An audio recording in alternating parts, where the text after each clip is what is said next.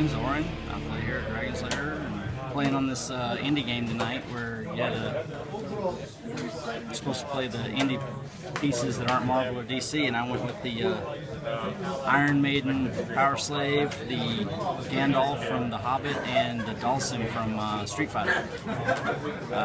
Together they're a mystical theme team, and I've been waiting to play this Power Slave ever since it first came out, so that was pretty much my whole reason for this team, picking Power Slave and guys that would support him fairly well. The Power Slave is long-range combatant with Psychic Blast, and later he turns into mind control with multi-targets. And every time he mind controls someone successfully, he gets a slave token on his card that lets him increase his attack by 1. So if you hit 3 people with 1 mind control, that's +3 to his attack. The Dalsim is one of the few mystical characters outside of Marvel and DC that actually has telekinesis. So he was there to move Power Slave around because he has crap for movement. He starts with a 6 and never goes above it.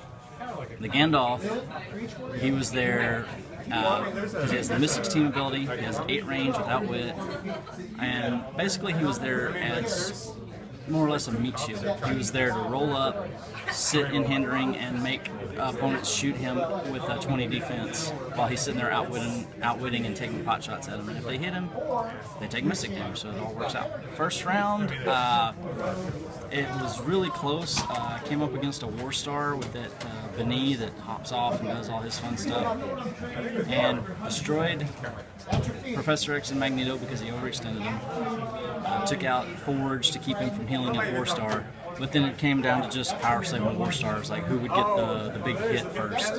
And it came down to just Power Slave and Beni, and last action was called before Beni could actually kill Power Slave. So I won just by the skin of my teeth. Second round, I played Kevin with his elves and got slaughtered. That was the whole game. I think we were done in about 8 minutes. The last round I played Joe again with his Yu-Gi-Oh people. He was playing Blue Eyes White Dragon, 2 Hysteric Fairies, and Song of the Thunder.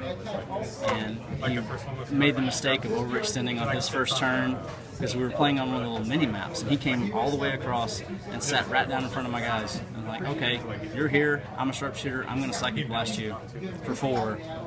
And then the next turn, I'm going to push because I'm indomitable, and I'm going to Psychic Blast you for another 4. And then Dalsim and Gandalf are just going to clean up. So once his Blue Eyes was out of the way, Sangha got shot at by Gandalf.